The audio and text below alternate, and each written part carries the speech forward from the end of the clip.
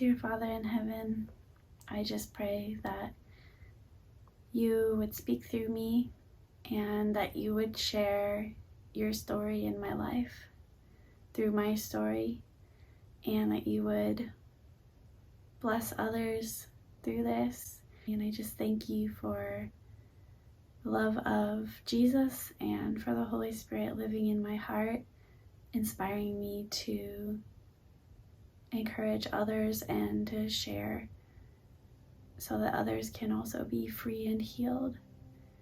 And I pray all of these things in Jesus' name, amen.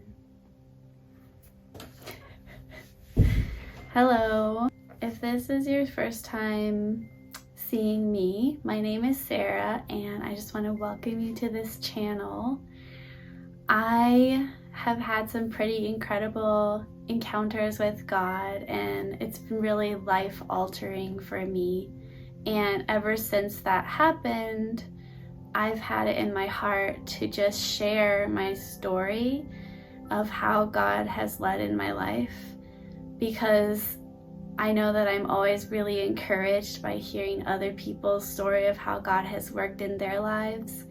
And I just want to be an encouragement in that way as well, that even if you've had some similar things happen that I'm going to describe, there is healing and there is freedom available, and not just available, but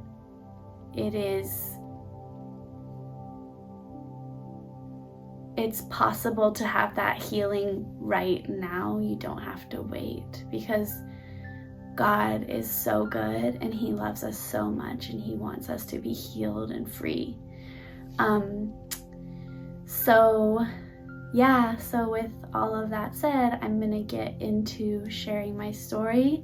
But before I do, I just want to let you know this is gonna be a longer video.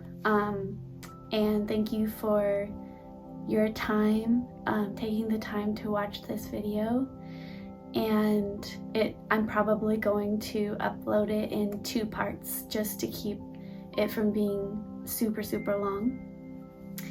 But I do have to give a trigger warning for some topics that I'm going to be discussing, because there are some things in my story that have happened that involve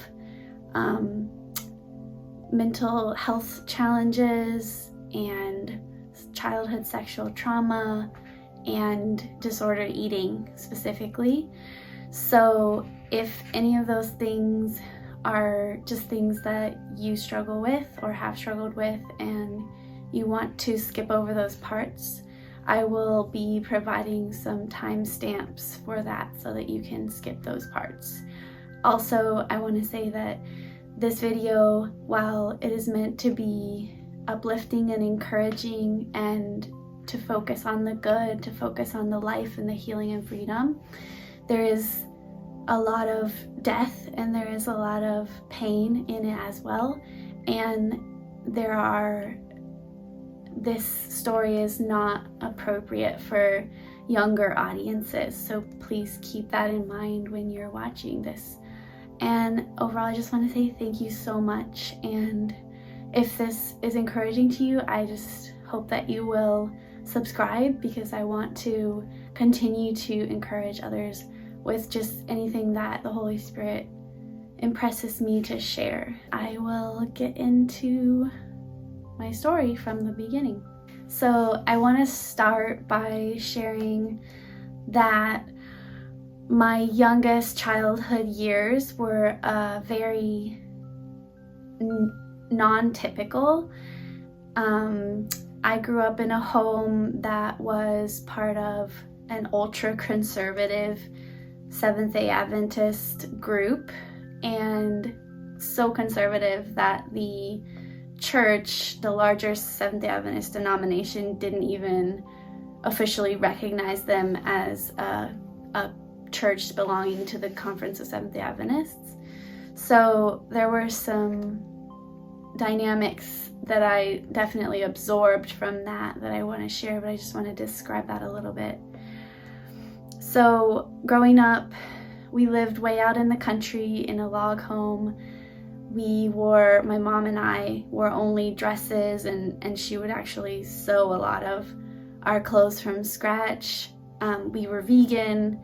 We did not have any TV, and we had no access to any secular music from the time that I was born until I was like 8 or 9 years old. And that means that I just was incredibly sheltered. I had no interaction with pop culture, no reference to what was happening in the world around us, except that my parents were they had the mindset of like a prepper, like that things were gonna go downhill and that we were living in the end times and that there were all of these really terrifying things gonna happen before Jesus' second coming. And I sort of grew up in that, where I would hear adults around me talking about government conspiracies and all of these horrible things that were gonna happen at the end of time. The Sunday law and religious persecution were things that they talked about a lot. And we also read, as a family, we read a lot together, but only read nonfiction and only read like stories of missionaries, Bible stories, and books about nature, just nonfiction, because my parents believed that fiction was lies and was of the devil. And we didn't celebrate holidays, with the exception of birthdays. We celebrated birthdays, but we did not celebrate any other holidays at all.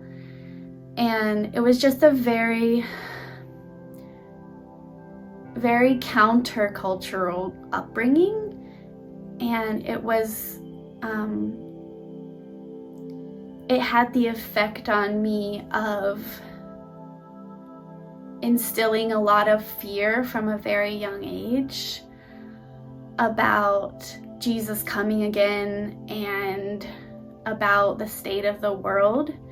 And so, in spite of the fact that I was very sheltered from culture as a whole, and I was learning about God's love and learning about Jesus' love for me, I was also just given this huge amount of fear that I really was too young, I think, to carry. We didn't really have any social interaction outside of like one trip to town every week for supplies and spending time with our social group from church. Like there was several families that we would spend time with all the time. And our church was very small, so we knew everybody knew us, and it was a really tight-knit community. And also, I was taught at home, homeschooled by my mom for the first couple of grades of lower grades in elementary school. So my mom taught me how to read and how to do some simple math, but I really didn't have any formal education. Discipline in our home during that time was pretty intense. My mom it was all based on the 10 Commandments and what does the Bible say about right and wrong. And my mom would give me like cayenne pepper, like a teaspoon of cayenne pepper on my tongue if I told a lie, and I would just stand and like cry, and my tongue would be very hot with a pepper. There was physical punishment in our house. Yeah, so basically it was all calculated to be character building and to be good for us and for our growth. And our parents, we felt like they loved us for sure, but they definitely believe like to spare the rod is to spoil the child. And they would employ what they call like natural consequences. So if I ate in between meal times, that might mean that I didn't eat the next meal and I went to bed instead. Or like sometimes cold showers were something that I hated and feared as a discipline growing up. So I was receiving all of this fear from the way they talked about the world at large. And I also really, because of the intensity of the way they were disciplining, I also received this huge fear of doing anything wrong, because the consequences were pretty intense. And so I think I started to develop this desire to control my behavior and become perfect very young, in order to avoid that sort of disciplinarian way that we were being raised. During this time, to just shift a little bit, I want to talk about who God was to me in these really formative childhood years. And I just think that he was really real to me. He was real to me through our family worships, through our family prayers together that were like every single day. He was real to me through the beauty of nature. We would spend every Sabbath afternoon going hiking in nature and just spending time in the natural world. And so God became very real to me through those experiences, and also through my own creativity. I was a really imaginative child, maybe because we just played outside all the time. My brother and I were, I think about like the story Bridge to Terabithia, and we would actually go outside and create our own like imaginary worlds, because we weren't really watching any movies or having sort of our imaginations fed by media in that way. So we just created it for ourselves. And so I experienced God through my own creativity in that way from a really young age, just like making up fantastical lands and pretending things and playing with my younger brother. Also, I felt his presence. I felt the presence of God. And I have this poem somewhere in my paraphernalia from growing up. I have this poem that I wrote that was just this sweet little 6 or 7-year-old child's reaching out to God from a place of like creativity and inspiration. And I just look at that moment when I wrote that poem as really defining for me like who God was, because I recognized, I think, that I could connect with God through my own creativity, and I could reach out to God through my own creativity. And so God was to me this inspiring, loving creator of beauty. And I also really connected with God through singing scripture songs with my dad and with our church groups. People would come over and we would just sing scripture songs. And so I connected with the love of God a lot in that way as well, through music. I was not aware of the challenges that my parents were experiencing in their marriage, because I just had no context for it. They were trying very hard to shelter us from everything possibly that could go wrong. And the result was that until my mom actually left my dad to be with a friend of their mutual friend who had been living with us, I just really wasn't aware, or wasn't very aware at all, that marriages could even break up or any of the dynamics involved. Then around the time I was between 8 and 9, everything just fell apart very quickly. I didn't really understand what was happening, except that I knew how I felt. And I knew that I felt abandoned by my mom. I felt super afraid, just scared. I felt like I was losing my family, losing my mom, and I felt lost. I felt lost and confused.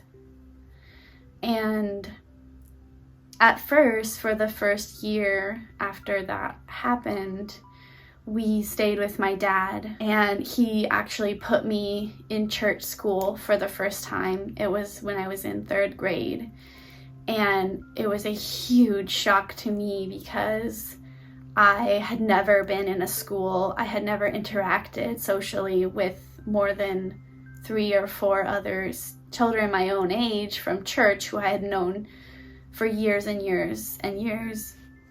And so suddenly I was put into this class of 3rd and 4th graders who I'd never met, and I just didn't know how to behave in a way that would be acceptable to them. I wore dresses which they thought was weird, and they sort of rejected me on the basis of seeing me as socially awkward and weird and just different. So I was only in school there for 1 year, and I really only made 2 connections there that I would call friends. But because I experienced some pretty intense bullying from 3 other girls who went to the school who were more popular than me at the time, I didn't really appreciate the fact that I was making friends. I just felt intense pain that I was being rejected by these girls. And so during that time, there was a lie, there was a belief that implanted itself in my heart, and that was that I was worse than other people, and that I would be rejected, that I was not as good as other people, and that I was awkward and weird and different. The year after that, I was given a choice. My parents had gone through some custody mediation to decide what was the plan for myself and my 2 brothers. And they gave me a choice of, they had decided to do joint custody between the 2 of them, and they gave me the choice of, you can either live with your dad and go to church school, or you can live with your mom and go to public school. And at that time, I was in so much pain over the way I was being treated by these girls, and the school was so small that I knew I was not going to be able to escape it if I stayed there. So I decided to leave that school. I thought there could not be anything worse than that. So I decided to leave that church school and go to a public school and to live with my mom. So myself and my 2 younger brothers moved in with my mom, and who at the time was living with that man that she had started a relationship with. And so my 4th grade year was different than my 3rd grade year because suddenly I was in this bigger school and there were lots more people. And I also picked up this habit of sort of reinventing myself when things would go wrong. I recognized some of the things that had made me sort of rejected, that had made me be rejected by the girls at the church school. And I decided, well, I'm going to go to this new school and I'm going to just be different. I'm just going to be a different person who can be accepted. So I did. I changed the way I dressed and started wearing more pants. I can't even remember all of the things that I was bullied for and made fun of for at the church school, but I stopped doing some of them. And I went to this new school, and I thought it was going to be a new start, and yet very quickly another boy in my 4th grade class latched onto the fact that I was not really I had not really socially integrated. I didn't really know how to act in social situations, and so he started to bully me again for just the things that I was doing that other children considered to not be acceptable. And that was really painful. I remember hiding from him on the playground and his friends, and them just shouting at me and taunting me, chanting really mean things at me. And again, this belief in my mind being reinforced that I'm just unacceptable. I'm worse than other people. And at the same time, that year I did meet somebody at my school, because it was a bigger school, who I felt like I really did connect with, and we became really good friends. And so I, for the first time, had what felt like a deep friendship with somebody. And so even though I was being picked on, that girl who was my friend would come to my rescue and would kind of get me out of those situations. So I felt protected, and I felt like I could bear it, and it was still better than the church school. So at the same time as that was happening at school, there were things that were starting to happen at my home life, at my mom's house, that were really hard for me to understand, because I had never experienced anything like that. I had never seen any movies about it. I'd never heard of anything like this at all. But my mom was, I said, dating that man who she left my dad with.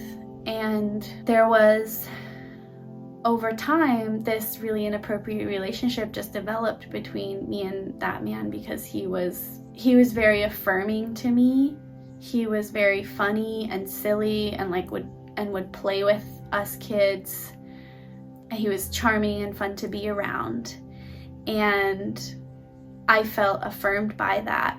And so he crossed the line with me on multiple occasions sexually, and I was only 9 at this time. So I literally had no idea what was happening. I didn't even know it was wrong. I just knew that it felt good, and like good in my body, and that's all I knew. And about this same time, I do really remember standing in my room and just looking at my body and feeling a huge amount of disgust for my physical body, because at the same time as I didn't understand what was happening and it felt good, there was also some unconscious part of me that knew somehow that it was not right, and therefore rejected my own body. And that shame was implanted there really, really deep in that moment. So I'm experiencing bullying at school. I'm experiencing some sexual abuse at home. I was already believing and feeling that I was awkward and less good than other people. School actually was the one thing that I did feel like I had some control over, because I was smart, and even though I had started school late in the 3rd grade, I just loved school, and I enjoyed doing the assignments. Doing reading was really fun. I loved the project, and so I just really ran with that. Since I felt like I could control school became the thing that I was going to be perfect at. I felt successful at it, so I was just going to go all the way with that. And I think this is where some of the perfectionism began to overtly manifest itself. That same perfectionism that I had learned, I think, somewhat from the discipline that happened earlier in my childhood, just really started to come out, and I'm going to be perfect in school. I want to talk a little bit about this time in my relationship with my dad, because one thing I want to say about my dad is that he loves me so much, and his heart is beautiful, and we have an amazing relationship now. And when I was a child, he was going through a lot himself, and he didn't necessarily make all the right decisions. He didn't know what I needed as a young girl.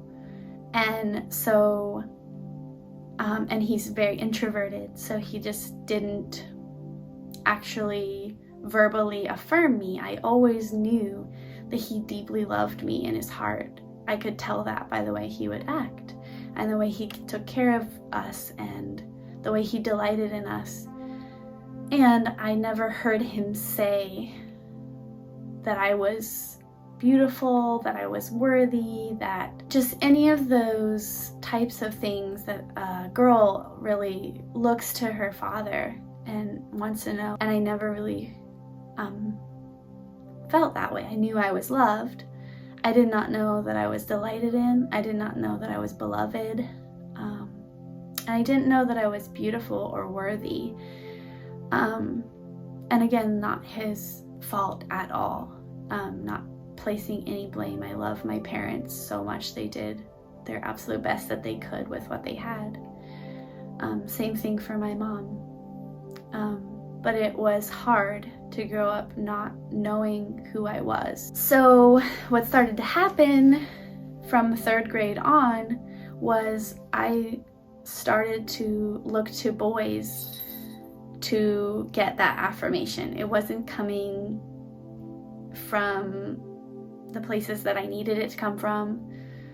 And so I looked elsewhere, and the easiest place to look was just other boys, because I felt like if I had their attention, then I was worthy. And I always felt like I was less than and unworthy, and I put myself in situations where I would like boys who wouldn't like me back, and that would confirm to me that I was just unworthy of love. I would obsess almost about the crushes that I would have. I think I obsessed about this one crush that I had for like 6 years or something, and that happened several times over the course of my adolescence, where I would just pick this one person to be obsessed about, and it was usually somebody who would not reciprocate my feelings, and there would be a confirmation for me of the belief that I had that I was just not worthy of love. I think stemming from all of those things that were happening in my childhood after the divorce, maybe even before the divorce with the perfectionism, in my between 6th and 8th grade, I really started to experience a lot of body dysmorphia.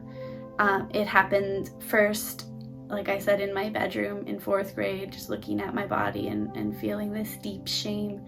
And then in 6th through 8th grade, it actually turned into, it was the similar feeling, that shame and disgust with my body. And it also turned into disordered eating, where I would just go to school and not eat all day, and then come home in the evening and I'd be so hungry that I would just like eat and eat and eat and eat, because I needed food and I wasn't feeding myself appropriately. And that was pretty miserable. My mom's sort of life during this same time was confusing to me, because she was dating different people. She would date people who, some people I liked, some people I didn't like, and I would just have these strong reactions to the people that she would date. There was different men in and out of my life, living with my mom for various periods of time. I changed schools every year. I changed schools after 3rd grade, after 4th grade, after 5th grade, and then after 8th grade. So I was constantly changing schools, and every time I would change schools, I would reinvent myself and get better and better at providing this persona of this person who was acceptable to others, but meanwhile just feeling deeply unacceptable and unworthy, feeling like that part of me, the deepest part of me, was something I had to hide because it had been rejected in the past. And so if I allowed myself to be authentic, it would continue to be rejected. So I started to put on this more acceptable social persona, meanwhile just feeling unworthy and unacceptable. And also in middle school, I think it was middle school, my mom went back to church, because she had, ever since she left my dad, she had pretty much not gone to church. And she started going back, I think I was in 6th or 7th grade, and there was a evangelistic series, and it was one night we were at this evangelistic series, and I just remember the speaker having an altar call, and in my heart I just felt this deep yearning for God, for Jesus, that felt like it carried me forward to the front. And I was just like, in tears and just really inspired, and it felt like the Holy Spirit just came over me and washed me in this desire to love Jesus, this love for Jesus, this desire to belong to God and to be faithful to Him. And so as a result of that, I ended up getting baptized when I was 11. And I had no idea what that meant at the time. And so it didn't really have that much effect on my life. I just had that experience of just desiring God, desiring a relationship, and followed through and got baptized. In 8th grade, my mom met another man and started dating him, and then ended up getting pregnant and had a baby with this man who is now my half brother. Sort of to back up a little bit, it was when I was in 7th grade that my dad remarried. He married a woman he met from Brazil, and she moved over here. And that was hard because I had already felt like I didn't know my worth, and when that happened, I felt like I was losing my dad to this other person. He, needed to prioritize the needs of his wife, and that meant that my needs were, I felt, going by the wayside. And what was worse is that I did not get along with her at all. I didn't have any chemistry or connection with her, and we just constantly were at odds. And then my mom had my half brother with this person that she met, and this person was interested in having us move over to where he lived on the other side of town. And I was interested in moving over there because I had gone and attended a dance at the high school that he taught at, and I had met some boys that I was interested in. And so when my mom was trying to decide what she was doing, I basically begged her to be allowed to drive to school, to transfer schools and go to high school over at the school where my brother's dad was teaching. And so that's what I did. Another thing I want to say about this part of my life is that my mom, I told you, she was going back to church when I was in 6th grade. And really from that time on, she was in this expansive spiritual journey for herself, where she was searching, experimenting with all different sorts of things, combining things. She did vision questing, and she worked with African shamans, and she was in therapy, and she was doing all these different sort of healing and spiritual things.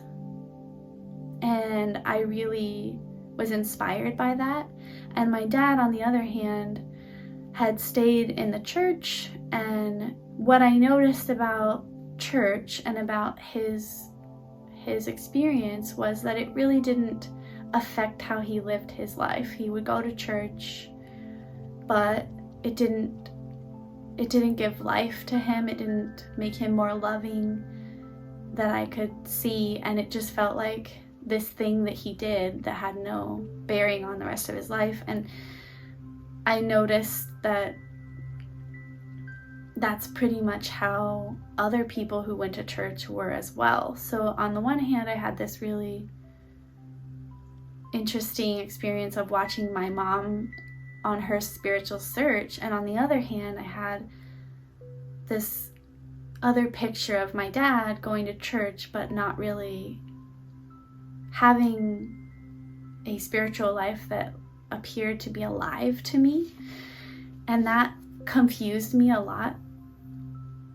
It meant that I didn't know what I thought of God. I knew that God existed, and I knew that spirituality was real, but I had these two very different pictures of it. And the other piece of it was that my dad was always very stable. I always knew what I was going to get with my dad, whereas my mom was experiencing mental health challenges. Like I could never tell when she was going to be in the best mood of her life and rearranging the house at 1 a.m. and blasting music really loud and like just being really kind and loving towards us, or when she was going to be really depressed and she was going to essentially just try to survive, and us children just did our own thing, and she was unavailable like for weeks and months at a time during those times. And so that was a really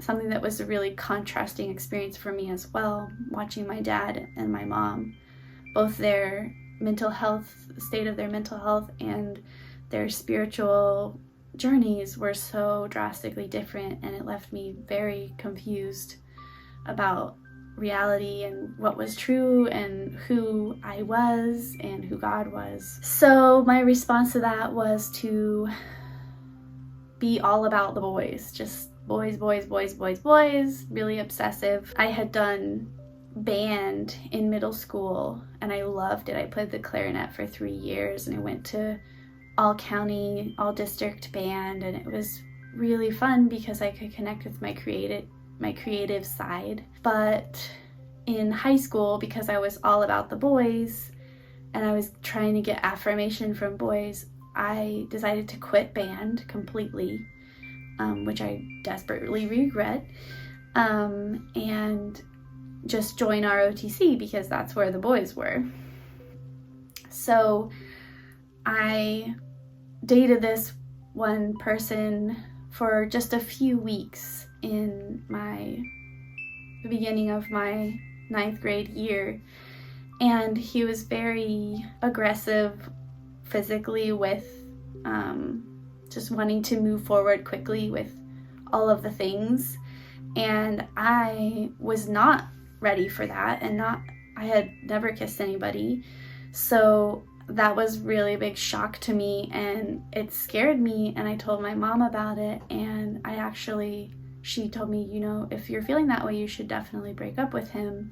So I did break up with him.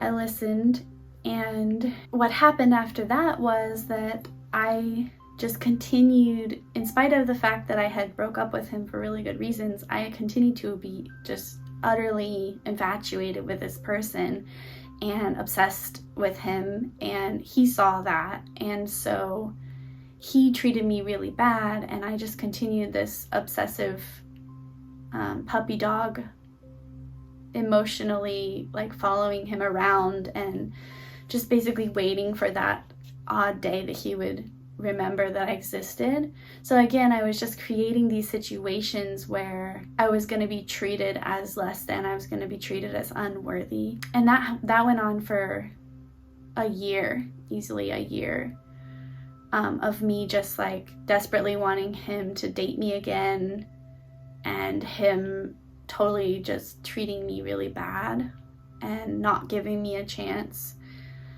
But kind of also stringing me along. And then sort of out of the blue, I discovered an interest in another boy that I was going to high school with, and started dating him in my sophomore year. And we actually dated from then until halfway through my freshman year of college.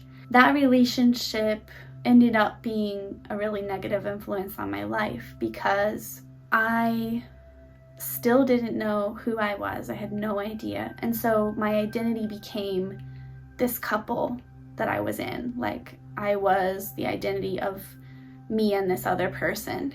I was completely codependent. I experienced a complete loss of self in this relationship because I would just listen to all the music that my partner liked, and I would play all the video games that he played, and I just embraced who he was and didn't even care or know who I was. And I was completely wrapped up in this fantasy that we were going to get married, we were going to be high school sweethearts, and in that I allowed the pattern of somebody sort of mistreating me and not respecting my boundaries to continue.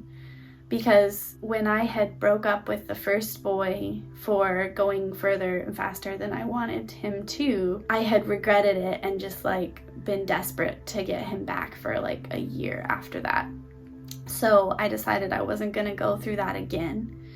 And so when this new boy started to encroach upon my boundaries and do things that I didn't really want to do, I told my mom about it, and she gave me the same advice, like maybe you need to back off. But this time I didn't listen. And so I just went deeper and deeper into this fantasy world of this is going to be my identity and I'm going to marry this person and it's going to be perfect.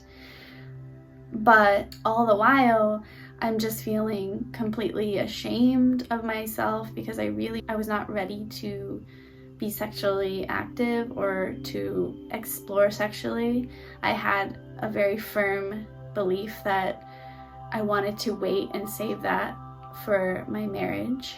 And so I'm going along with a lot of stuff that's happening, but I had just this divided heart about it where I didn't really want to do it. And my partner's telling me things like, well, I can't feel loved unless you do this with me. Like, I feel loved if it's physical. And so it led to a lot of really things that I wouldn't have otherwise done, like sneaking around behind my mom's back and running away from home and moving out when she tried to sort of rein it in and protect me a little bit from myself. And I just persisted in this relationship and allowed myself to be emotionally manipulated and gave up my plans of waiting till marriage to have sex when I was 18 with this boy that I was dating. And all throughout high school, I had this growing anxiety about the future because I knew that no one had saved any money for me to go to college, and I knew that education felt like my only option, my only salvation, because school is the one thing I could control and it was the one thing I was really good at. And my perfectionism in school, my perfectionism with my body, my perfectionism with myself made everything really hard in high school. It made school really hard. I had tons and tons of anxiety over assignments. And then I decided I was gonna go to college and I was gonna get a scholarship to do that. So I applied to UNC and I got accepted, and I ended up going to college there with an amazing scholarship. But when I got to school, it quickly became apparent in the first semester that I was there that my relationship was making me very unhappy, that I had sort of held myself back from who I really was and what I really wanted to be with this person. And yet, because my entire identity was wrapped up in him and who he was, it felt completely impossible for me to leave that relationship. As the fall is progressing of my freshman year of college, which is fall 2011, I'm just increasingly miserable in this relationship because now it's long distance. He's back home in my hometown. I'm at school 3.5 hours away. And now that I'm away from him, I'm more aware of who I am a little bit and what I want in life. And also aware that he's not doing any of the things that I think he should be doing or want him to do. So I'm in this relationship. I don't know how to get out of it because it is my identity. And then towards the end of the semester, he starts saying that he's going to apply to the college nearby and move down to where I'm at so that we're not long distance anymore and start college. And this was like this is what I thought he should do. It was what I wanted him to do. And he keeps talking about how he's doing it, and even showing me like evidence like, oh, I'm enrolling in my classes. But then I found out that it was all a complete lie, that he had no intention of actually doing any of the things that he said. And I think I had been subconsciously praying to God at this point, like, God, I'm so miserable in this relationship, but I can't get out of it. And so when I found out that he had lied in that way, I felt completely like God had stepped in and intervened in a situation that I could not escape from and given me a way out. And so I started to sort of turn towards God more after that. And I also started to try to figure out who I was without this relationship, because having it not there made me feel like I was just nothing. It felt like there was a black hole in my chest and I was just going to be sucked into it. So I started to go to this group, Adventist campus group, Vespers, and to just seek God more in this gratitude that I felt to him for getting me out of what I felt like was such an impossible relationship to get out of. Later that spring, unfortunately, the relationship ended really ugly. There was just stalking situations and restraining orders, and I felt very unsafe. And then in the summer of 2012, right as all of those other things are happening, I met this other person who I became interested in and started dating very quickly. And I was in a relationship with this person for another 3 years, from 2012 to 2015. And so those 3 years of my life were just characterized by extremely high anxiety around school, because I had at this point been in just a highly developed sense of perfectionism. So everything had to be perfect. My grades had to be perfect. Everything felt like it took me a really long time, and school was really hard, but it was just because of that anxiety and perfectionism that was sort of haunting me. And all through this relationship with this new person in my life, I experienced issues in my sexuality, because I started out with the intention of wanting to restore myself and wait in the way that I had wanted to wait in high school and felt like had been robbed from me. And yet I felt strongly attracted to this person, and so about 6 months into our relationship, we ended up having sex, and I felt a lot of guilt and shame around that. I continued to experience a lot of body dysmorphia throughout this time, and I started coping with it by exercising, lifting weights, being really, really extreme and perfectionistic in my diet. I was really uncertain of my career path in college, so I changed my major multiple times and just felt really lost and directionless in that sense.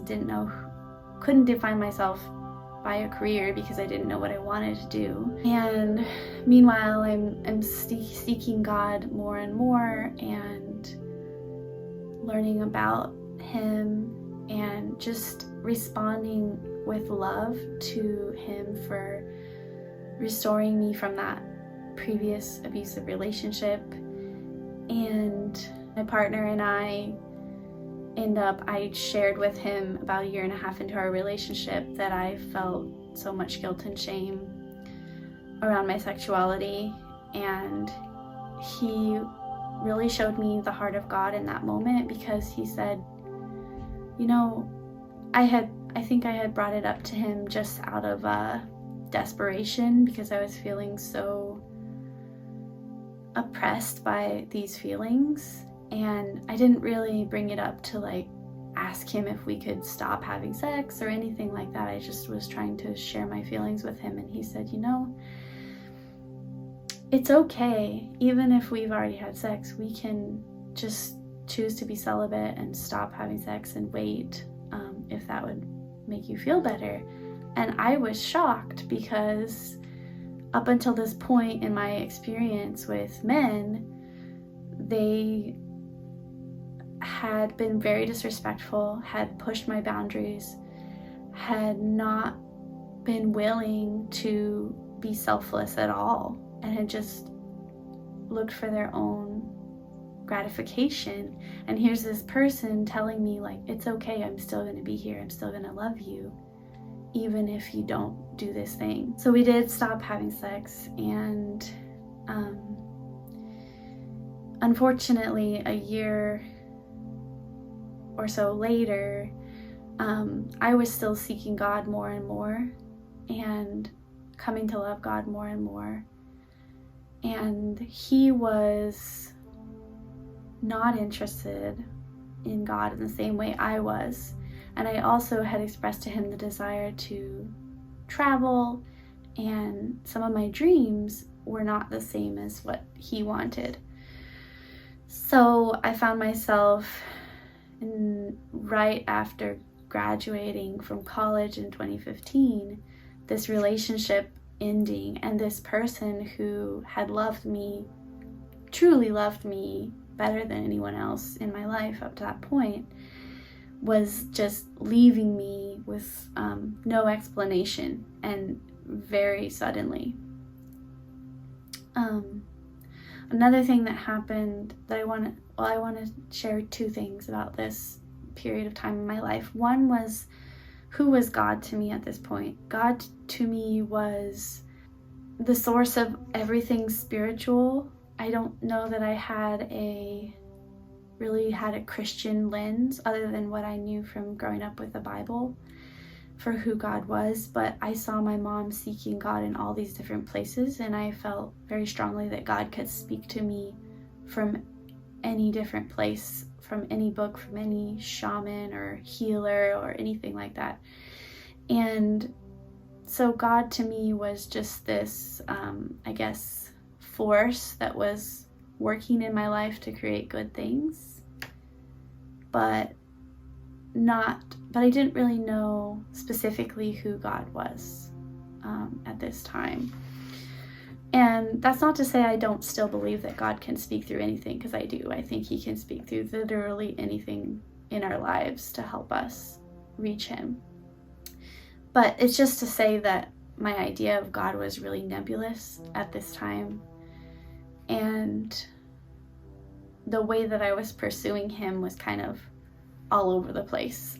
I was going to church, going to Vespers, reading like New Age books, doing yoga, just exploring different ideas. So the other thing I want to share is right before graduating in 2015, it felt like in my relationship we were on this trajectory towards getting married, and we had even looked at rings together, and this person was by far like my ideal relationship. I wanted to be with this person forever. We got along so well. We had a great time. We always had fun, and we were silly, and he was sweet, and I was very attracted to him.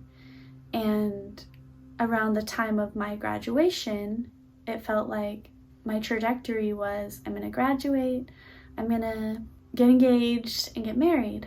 But I had been seeking God at this point for several years, and I felt strongly in my heart that if I was going to move forward into marriage, that I needed to seek his opinion on it. That I needed to ask God, what are you leading? What direction are you really leading? What is your will for me in this relationship? And so, because I was sort of following in my mom's footsteps, I decided to do a vision quest, because the whole idea of a vision quest is that if you're experiencing a transition in your life and you're trying to figure out which way to go, then you go out in nature and you sit out there and you pray for a vision. You pray for clarity on the issue that you're questioning.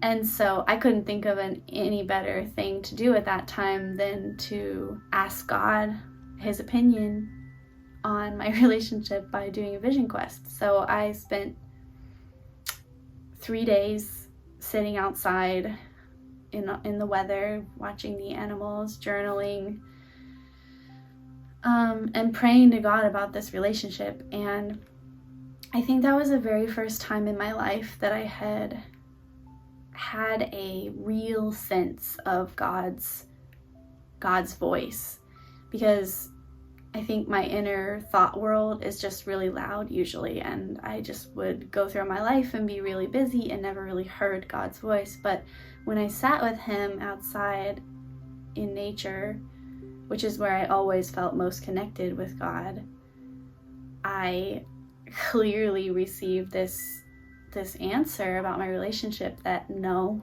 this is not my plan. Like, this is not what I have for you right now. And it wasn't even, God is so gracious and so loving and merciful, because he didn't even say like, this is not for you ever. Like, he knew I could not hear that. So he just said, this is not for you right now. Like, this is not going to happen now. And I heard that loud and clear. And then my vision quest ended, and I went back and I reconnected with my boyfriend at the time, and my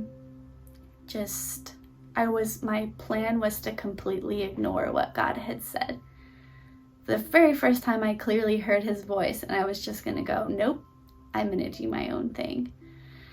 And as has happened more than once in my life, the first time being when he saved me from that abusive relationship, I experienced the love of God, which did not feel like the love of God at the time, but it was the love of God in the sense that he didn't allow me to just ignore his voice. I came back from my vision quest and my relationship ended. I didn't choose it. I didn't ask for it to end. I didn't break up with my ex, but he ended it. It just came out of nowhere. He just decided, like, I'm not interested in what you're interested in, and this is gonna be over. So again, it felt like God had a different plan for me, and that he loved me so much he wasn't gonna let me go a different way. So I graduated, all of that happened, and then immediately I went to Korea, because when I had been accepted into a program to go do an intensive language study in South Korea. And I was there for 3 months, and I was very miserable, very, very, very broken from the end of that relationship. I had lost my identity again. My identity had been this relationship, and I had been doing YouTube with my partner at the time, and all of that just went away. And suddenly I didn't know who I was again. I spent those 8 weeks in Korea over the summer after my graduation, and I came back and I went to work full-time, working night shift at a hotel in my hometown as the front desk agent. And I was experiencing more and more and more anxiety at this point, to the point that it was becoming unbearable. And I had also started using everybody's favorite dating app, Tinder, just because I couldn't handle the anxiety. I couldn't bear the reality that I felt like was happening, which was that I had lost the one and only relationship that meant anything to me, the perfect person that I was supposed to be with. So I was just coping with this anxiety and heartbreak, and by trying to find somebody else, trying to find my identity in a relationship again.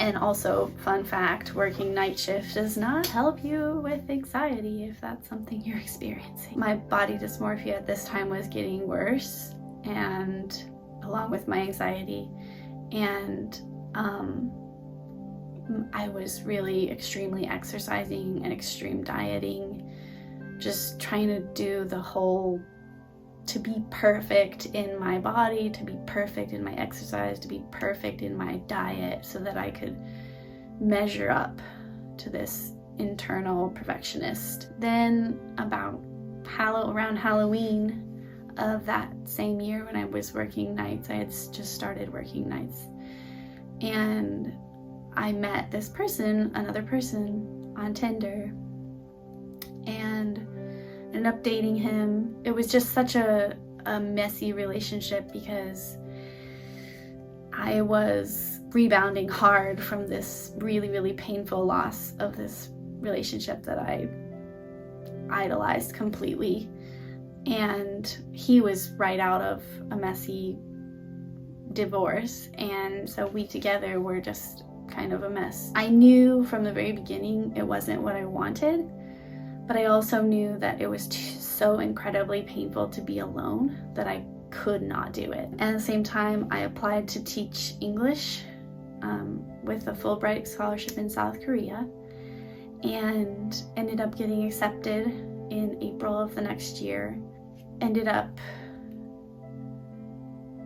going to Korea, and then a year into this relationship, it ended because we were just not compatible, and my partner was not able to be there for me across the distance of the entire world from the US to Korea. And what happened very quickly after that was just I came completely unraveled in South Korea. I was experiencing the worst anxiety I'd ever experienced. I was experiencing probably like culture shock. My disordered eating really came to a head. I was doing this intense exercise and intermittent fasting and just all of these things to manage my absolute existential dread. I just remember being the most miserable I had ever been in my life because I was finally alone. I was in a foreign country, which made it feel to me like all the relationships that I was forming were just temporary, and I didn't feel grounded. I didn't feel like I could put down roots or that anything was gonna last. So I couldn't really date because I've never been interested in just dating for the heck of it or without a longer term commitment in mind. So I was finally forced to be alone with myself, and what I realized was that I was a mess, and I still didn't really know who I was. And I just remember, and this is probably going to be coming to the end of part 1 of my story, I just remember living in my host family's house in Korea, and they had 22 flights of stairs because they lived in a very high-rise apartment building. And I just remember it was like 5 a.m. before I would go to teach school, and I would run these 22 flights of stairs 5 times. And I remember one day I was out there and I had been doing so much to cope with mental health struggle and my anxiety, and nothing was working. I was doing yoga, I was intermittent fasting, I was eating really, I was trying to eat really whole foods and really good foods. I was exercising intensely all the time, and just all these ways I was trying to fix myself. And I just remember running these stairs, feeling all of this anxiety, and just hearing the voice of God just came to me in that moment and said, the reason that none of these things that you're doing are working for you is because you're really trying to do it on your own, and you can't.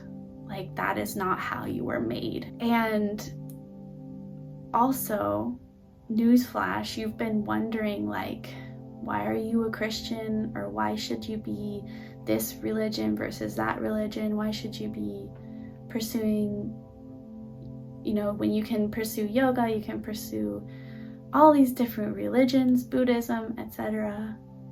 Why should you be Christian? You've been wondering about that.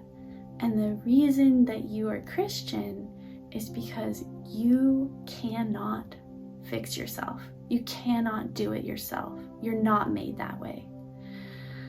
And it was like my heart just like completely opened at that moment. And I realized it was just this enormous relief to admit, like, I cannot do this by myself. I cannot fix any of this by myself. And I don't have to, because like Christ came and fixed it. And so I just remember this huge weight like coming off of me. I think that's where I want to end this part of my story, because from that moment on, I really understood, even though I didn't understand my identity, I understood that I was a Christian, and I understood why. And the Holy Spirit had revealed that to me in a way that was just gonna continue to transform my life. So thank you if you made it all the way to the end. Bless your dear, dear heart. And I am so excited. There's been a lot of pain, a lot of hard things to talk about in this part of my story. But the good news is that this is not where it ends, that this is part one, and that there is so much life and there's so much healing in part two. And so I just hope that you will return to watch part two next time. Thank you. Also, look at my kitty. This is Winston, and he is adorable. He's very sleepy, and he says hi. Say hi, Winston. Say hi, Winston. Say hi, Winston. Bye-bye.